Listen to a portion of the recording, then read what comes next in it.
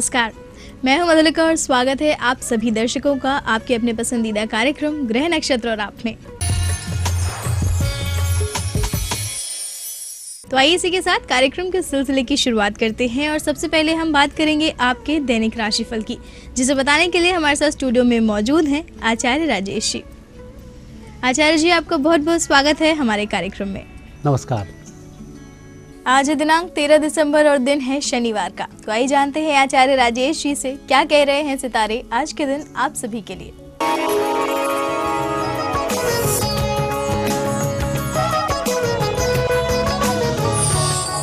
आइए दैनिक राशिफल का शुभारंभ करने से पहले एक नजर डालें प्रातः काल के पंचांग पर। पोष कृष्ण पक्ष सप्तमी तिथि शनिवार का आज दिन है। शुभ समय प्रातः 6 बजे से 7:30 तक, राहु काल प्रातः 9 बजे से 10:30 तक। आज चंद्रमा रहेंगे सिंह राशि में। हम देखेंगे आपका दैनिक राशिफल। पहली राशि मेष। मेष राशि वाले व्यक्तियों का आज दिन अच्छा है। हालांकि विद्यार्थी वर्ग आज जल्दी लाभान्वित होंगे। कुछ नया करने के लिए योजनाएं आज बहुत अच्छी बनेंगी, लेकिन सत्य के धरातल पर उतना काम नहीं कर पाएंगे जितना आप सोच रहे हैं। वृषभ राशि। वृषभ राशि वाले व्यक्तियों को देश विदेश से संबंधित शुभ सूचनाओं की प्राप्ति होगी। विशेषकर ऐसे विद्यार्थी जो विदेश में पढ़ाई के लिए प्रयास कर रहे हैं, आज आपका प्रयास सफल हो जाएगा। मिथुन राशि। मिथुन राशि वाले व्यक्तियों के लिए इस समय सभी प्रकार से शुभ बनता है। परिस्थितियां बेहतर हैं। विपरीत परिस्थितियों में भी यदि आप कोई निर्णय ले रहे हैं तो वह निर्णय भी आपके पक्ष में ही अच्छे रूप से आपको प्राप्त हो जाएगा। कर्क राशि। कर्क राशि वाले व्यक्तियों को आज किसी व्यक्ति से बातचीत करने में दो तरह की बातें नहीं करना चाहिए। आप सबसे पहले दृढ़ निश्चय करें क्या कहना है और क्या नहीं कहना है, और उस पर आप अडिग रहें, तभी आपको विजयश्री की प्राप्ति होगी, अन्यथा आपको नुकसान हो सकता है। सिंह राशि। सिंह राशि वाले व्यक्तियों को कुछ बेहतर करने के लिए बहुत सारे विकल्प खुले मिलेंगे। चयन आपको करना है। चयन आप अपनी बुद्धिमत्ता से ही करें तो बेहतर होगा। किसी दूसरे के प्रभाव में आज ना रहें। कन्या राशि। कन्या राशि व्यक्तियों को आज ना चाहते हुए भी ऐसे लोगों का सहयोग लेना पड़ सकता है जिनसे आप विरोध करते हैं या जो आपका विरोध करते हैं।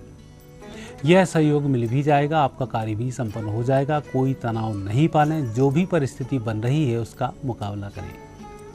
तुला राशि। तुला राशि वाले व्यक्तियों के लिए आज का दिन विजयश्री का दिन है। परिस्थितियां बेहतर होंगी। रुके धन की प्राप्ति होगी। आपके काम बखूबी चलते रहेंगे। वृश्चिक राशि। वृश्चिक राशि वाले व्यक्तियों को व्यापार व्यवसाय में बदलाव के लिए कुछ चिंतन करना होगा। कुछ परिस्थिति ऐसी भी निर्मित हो सकती है कि जहां आप पहले कभी फंसे हुए थे वह स्थिति वापस बन सकती है, लेकिन आप ईमानदारी से काम करेंगे, उस परिस्थिति से बाहर आ जाएंगे। धनु राशि। धनु राशि वाले व्यक्तियों पर मंगल शुक्र का विशेष प्रभाव होने के कारण आज आप बहुत जल्दबाजी में होंगे और उतनी जल्दबाजी की आवश्यकता नहीं है। कई बार जल्दबाजी में बने बनाए कार्य भी अवरुद्ध हो जाते हैं, तो यह स्थिति आपके साथ घटित हो सकती है। धैर्य का परिचय दें। मकर राशि। मकर राशि वाले व्यक्तियों का आज दिन धन की दृष्टि से शुभ दिन है। रुके धन की प्राप्ति होगी, लेकिन जो कार्य आपके हाथ में है उसमें आपको मेहनत अधिक करनी होगी। अधिक मेहनत के कारण आपके स्वास्थ्य पर विपरीत प्रभाव पड़ सकता है, इसका थोड़ा ध्यान रखें। कुंभ राशि। कुंभ राशि वाले व्यक्तियों को आज कोई ऐसे कार्य नहीं करना चाहिए जिसमें कि आपको दूसरे के ऊपर निर्भर रहना हो। अकेले कार्य करें, आपको सफलताएं मिल जाएंगी। दूसरे व्यक्तियों के माध्यम से आपके कार्य बिगड़ जाएंगे। मीन राशि। मीन राशि वाले व्यक्तियों का आज दिन अच्छा चल रहा है। रुके कामों को शुरू करने के लिए बहुत अच्छा दिन है। आप जिन जिन कामों में लगे हुए थे वह सभी कार्य दोपहर तक संपन्न हो जाएंगे, लेकिन जो पैसे की स्थिति बनी हुई है, कल आपको धन की प्राप्ति होगी। ये था आपके लिए आज का दैनिक राशिफल और आइए अब जानते हैं क्या खास लेकर आए हैं राजेश जी आप सभी के लिए समृद्धि चिप्स में। मित्रों, आज शनिवार का दिन है। शनिवार का दिन विशेष रूप से पीपल वृक्ष की पूजन का दिन होता है। यदि कहीं आप ऐसी परेशानी में फंसे हुए हैं कि कोर्ट कचहरी के मामले झूठे आपके ऊपर चल रहे हैं, मेरे शब्द पर ध्यान देना, यदि आपके ऊपर झूठे मुकदमे चल रहे हैं, धन का अभाव है, परिस्थितियां बिल्कुल विपरीत हैं, कोई सुनवाई आपकी नहीं हो रही है, तो ऐसी स्थिति में आज आप एक छोटा सा उपाय कर सकते हैं। यह उपाय तभी करना चाहिए जबकि व्यक्ति असहाय हो और हर तरफ से उसको अन्याय मिल रहा हो, न्याय की उम्मीद वह व्यक्ति खो चुका हो। पीपल के वृक्ष पर कच्चा सूत लेकर जाएं, एक परिक्रमा करें, सूत वहाँ पर बांधें।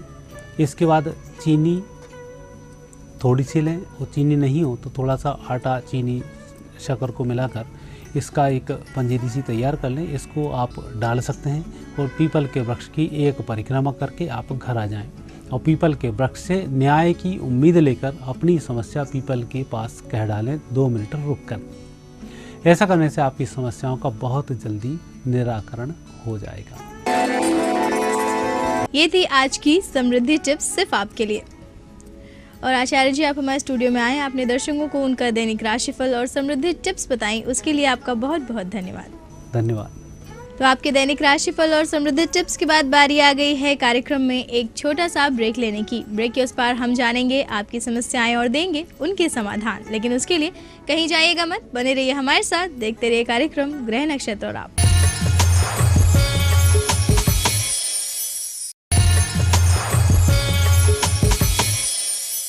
ब्रेक के बाद आप सभी का एक बार फिर से बहुत बहुत स्वागत है हमारे कार्यक्रम ग्रह नक्षत्र और आप में। और अब हम कार्यक्रम के सिलसिले को आगे बढ़ाएंगे और जानेंगे आपकी समस्याओं को। और आज आपकी समस्याओं के समाधान देने के लिए हमारे साथ स्टूडियो में मौजूद हैं प्रख्यात नक्षत्र गतान्वेषी डॉक्टर शंकर चरण त्रिपाठी जी। गुरुजी, आपका बहुत बहुत स्वागत है हमारे कार्यक्रम में। तो गुरुजी, इससे पहले कि अपने कॉलर्स की समस्या को हम सुलझाएं, आपसे एक बार फिर से बात करना चाहेंगे ग्रहों की प्रवृत्ति के बारे में।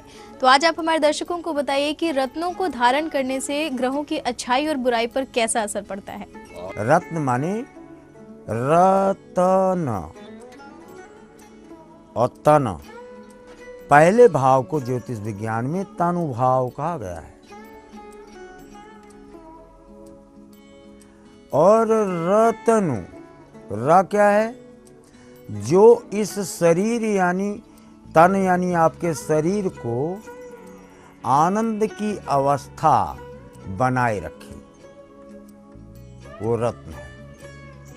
जैसे घर में लाइट आ रही है, वोल्टेज कम डाउन हो रहा है तो आपके ऑपरेटर्स बर्बाद हो सकते हैं, लेकिन वोल्टेज स्टेबलाइजर अगर आपने लगा दिया तो लाइट आएगी कम, ज़्यादा भी होगी, इसको यू कांट स्टॉप इट। लेकिन स्टेबलाइजर लगा है तो वो बराबर बनाए रखेगा। यानी रत्न आपके जीवन में स्टेबलाइजर का काम करते हैं। भाई आपको सनबर्न्स हो रहे हैं तो ज्योतिष विज्ञान चिकित्सक यहाँ तक कहेगा सन क्रीम ले लो, लगा लो और अपना मौज से घूमो, गागल लगा लो। ज्योतिषी के पास जाओगे तो कहेगा तुम्हारा सूर्य नीच का है, निश्चित तौर पर तुला का सूर्य होगा तभी उसके शरीर में सनबर्न्स होंगे, अन्यथा हो ही नहीं सकता। और sun is afflicted by dint of Rahu और केतु, सनबर्न्स होंगे या कोई अन्य स्किन डिसीजेस हो सकते हैं। यानी रत्नों का प्रभाव आपके जीवन में स्टेबलाइजर का काम करता है, प्रोवाइडेड वो जागृत हो। जैसे डेड स्टेबलाइजर लगा दो तो वो काम नहीं करेगा। अब डेड और जागृत कैसे माना जाए? डेड शब्द का प्रयोग नहीं करना है, डॉर्मेंट कहें, यानी उसमें एनर्जी है लेकिन जागृत अवस्था को प्राप्त नहीं है। हमारे ऋषियों को यह ज्ञान था कि यंत्र, तंत्र और मंत्र, यंत्र, तंत्र, मंत्र, तंत्रिका सिस्टम आपके शरीर में है जिसको कहते हैं नर्वस सिस्टम। नर्वस सिस्टम ये तंत्र है। जब आपने रत्न धारण कर लिया, ये यंत्र है। तारों का जाल आपने बिछा दिया गाड़ी के अंदर, आपने देखा होगा, खोलो गाड़ी खोलो अपनी तो एक तार दूसरे तार से इतना जुड़ी है। लैपटॉप खोलो तो इधर का माल उधर जुड़ा हुआ है। आपको देख के घबरा जाओगे कि कितना कैसे जुड़ा है, क्या है, कैसे डायग्राम बना होगा। ये क्या है? तंत्रिका तंत्र। और वो पूरा लैपटॉप क्या है? यंत्र। इसमें जागृत अवस्था क्या है? माउस जागृत करता है, या टच स्क्रीन आजकल हो गया है। स्पर्श, वो भी स्पर्श पृथ्वी का तत्व है। पृथ्वी से बने हुए किसी भी तत्व को स्पर्श से चला सकते हैं, क्यों? पृथ्वी में मैग्नेटिज्म है, उंगलियों में भी ब्रेन है। जो माउस के द्वारा जो फीडेड है वो उंगलियों के आकर्षण से और विकर्षण से और प्रत्याकर्षण और संकर्षण, ये 4 प्रकार के आकर्षण हैं जो रत्नों में पाए जाते हैं। रत्न शोभा के लिए नहीं होते, शोभा के लिए आभूषणों में जड़े जाते हैं, वो अलग बात है। लेकिन रत्न को कितनी आवृत्तियों में, कितने मंत्रों से जागृत करने के उपरांत धारण करना है और किन अवस्थाओं में ये डेड हो जाता है, कहाँ कहाँ जाने से इसका प्रभाव समाप्त हो जाता है और कब कब इसको पुनः जागृत कर लेना चाहिए, उससे रत्न छाता है। धूप को नहीं रोक सकते, बरसात को नहीं रोक सकते, लेकिन छाता लेकर चलेंगे तो वो आपके प्रभाव को और आपकी मुसीबतों को कम कर देगा। यानी रा का आवरण जब तन में किया जाता है किसी माध्यम से, उसको रत्न कहते हैं। और रा अपने आप में कुछ और नहीं, स्निग्ध, शाश्वत, शांत, अनघ, ये 4 अवस्थाएं चंद्रमा की हैं या किसी भी ग्रह की हैं।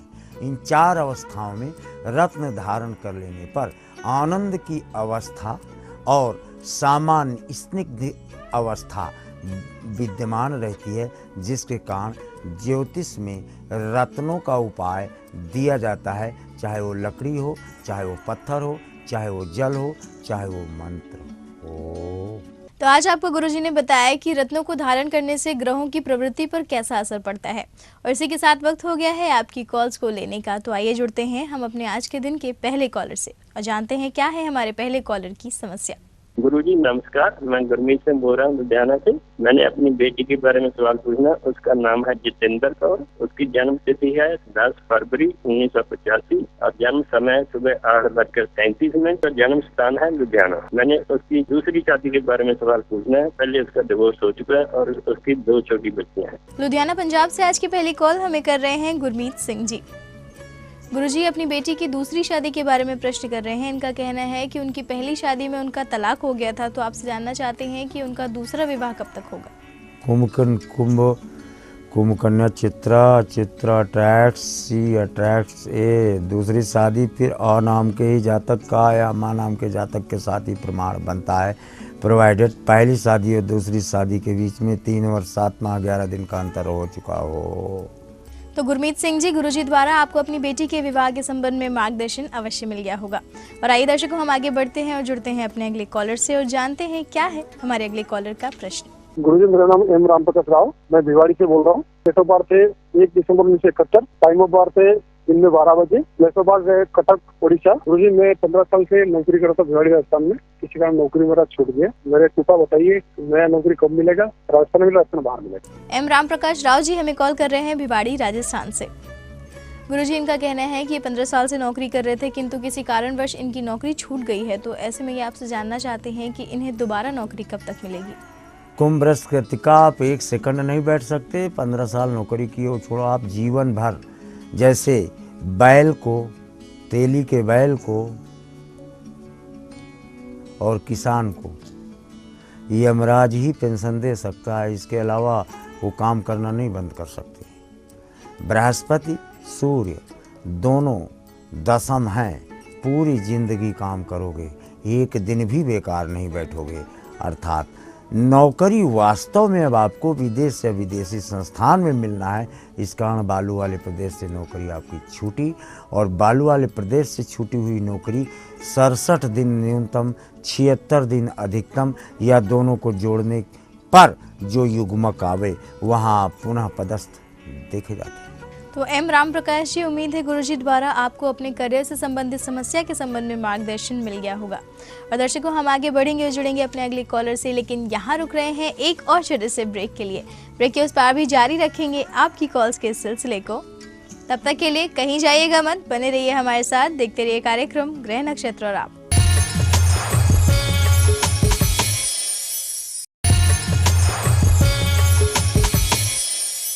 ब्रेक के बाद आप सभी का एक बार फिर से बहुत बहुत स्वागत है हमारे कार्यक्रम ग्रह नक्षत्र और आप में। और आइए आगे बढ़ाते हैं कार्यक्रम के सिलसिले को और जुड़ते हैं अपने अगले कॉलर से और जानते हैं क्या है हमारे अगले कॉलर की समस्या। गुरुजी प्रणाम, मैं वंदना राव राजनांदगांव से बोल रही हूँ। मुझे अपनी बेटी पूजा के बारे में पता करना है। उसका जन्म 22 जनवरी 1984, स्थान भोपाल, समय है 5:45 शाम का। पंडित जी, मुझे पूछना है कि जब से इसका जन्म हुआ है तब से मेरा स्वास्थ्य बहुत खराब है। क्या इसकी कुंडली में कोई दोष है? यदि दोष है तो प्लीज उसका निवारण बताएं। राजनांदगांव छत्तीसगढ़ से हमें कॉल किया है वंदना राव जी ने।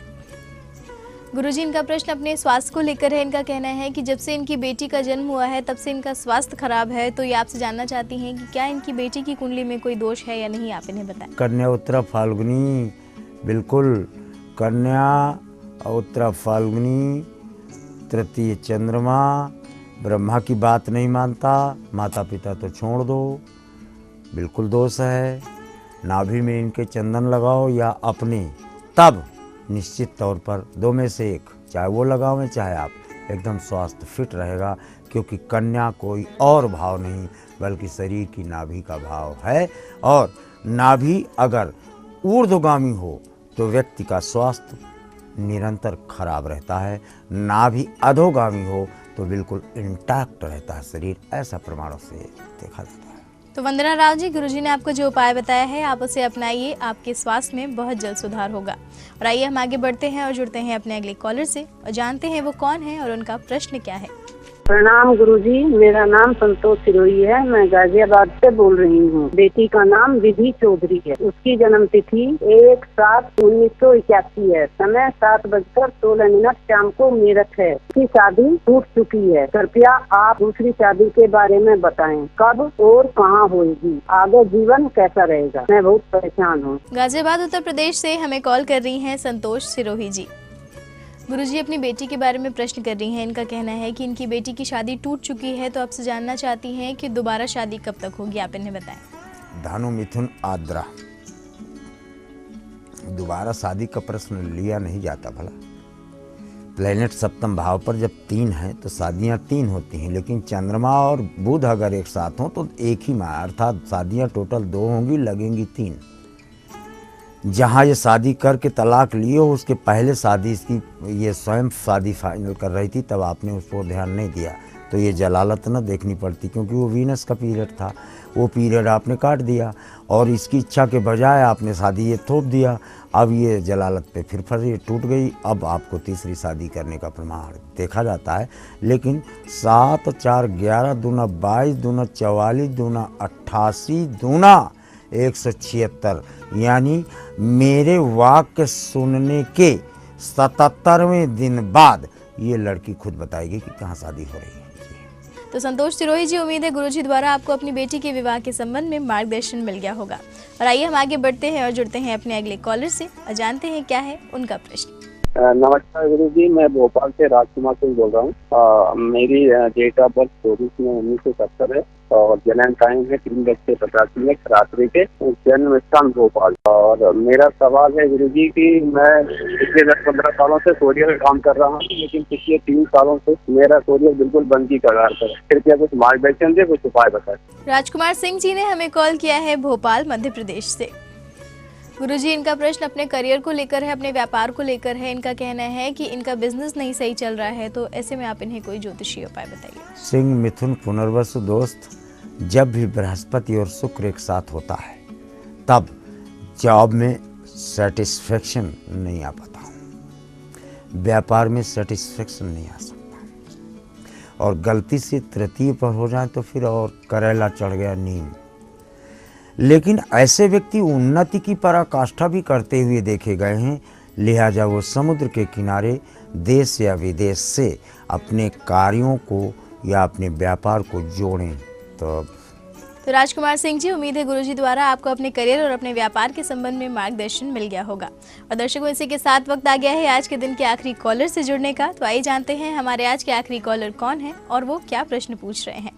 गुरुजी प्रणाम, मेरा नाम कमलेश त्रिपाठी हुआ। मैं जमशेदपुर झारखंड से बोल रहा हूँ। मेरी जन्म तिथि 9 मई 1965 है और जन्म का समय 11:48 रात में है, जमशेदपुर झारखंड में। वर्तमान समस्या है कि अचानक बिना किसी पूर्व सूचना के मुझे नौकरी छोड़ने के लिए कहा जा रहा है और मैं जानना चाह रहा हूँ कि मुझे अपने योग्यता और अनुभव के अनुसार दूसरी नौकरी कब तक मिलेगी। मुझे 19 वर्षों का अनुभव है। आज की आखिरी कॉल हमें की है जमशेदपुर झारखंड से कमलेश त्रिपाठी जी ने। गुरुजी, इनका कहना है कि इनकी नौकरी छूट गई है, तो आपसे जानना चाहते हैं कि इन्हें इनकी योग्यता के अनुसार दूसरी नौकरी कब तक मिलेगी। मकर सिंह पूर्व फाल्गुनी मिस्टर त्रिपाठी, मकर से एकादश भाव वृश्चिक का बनता है जहां शनि अभी पहुंचा है। तू रोज नौकरी छोड़, सवेरे छोड़ेगा शाम को पाएगा। क्यों? सर्वोत्तम ऊंचाई का भाव है शनि का। और जहां से भी आपको नोटिस मिली है, यहाँ से अभी बिल्कुल अलग नहीं हो, you are still working there. आपको अब विदेश, समुद्र के किनारे, इन स्थानों से धन प्राप्ति का मार्ग एकादश शनि सीधे तृतीय भाव को अपने आगोश में लेता है, जो विदेश, विदेशी संस्थान या विदेशी जमीन पर कार्य करने का प्रमाण देता है। न्यूनतम 3 दिन, 30 दिन या 165 डेज, यानी 6 5 11 12 2 1 3, पुनः 3 की संख्या आती है 12/12/2014 दिसंबर, और 12 ही 21 है, 21 दिसंबर 2014, यानी इस 9 दिन के बीच में आपको जॉब मिलने का क्रमांक देखा जाता है। तो कमलेश त्रिपाठी जी, गुरुजी के बताए अनुसार आप अपने प्रयास जारी रखिए, आपको नौकरी बहुत शीघ्र ही मिलेगी। आपके उज्जवल भविष्य के लिए हमारी तरफ से शुभकामनाएं। और गुरुजी, आप हमारे स्टूडियो में आए, आपने दर्शकों के सवालों के जवाब दिए, इतनी रोचक जानकारियां दी, उसके लिए आपका बहुत बहुत धन्यवाद। तो इसी के साथ आज के कार्यक्रम में बस इतना ही। कल आपसे फिर मुलाकात होगी इसी समय, इसी चैनल पर। तब तक के लिए अपनी होस्ट मधुलिका को दीजिए इजाजत। नमस्कार।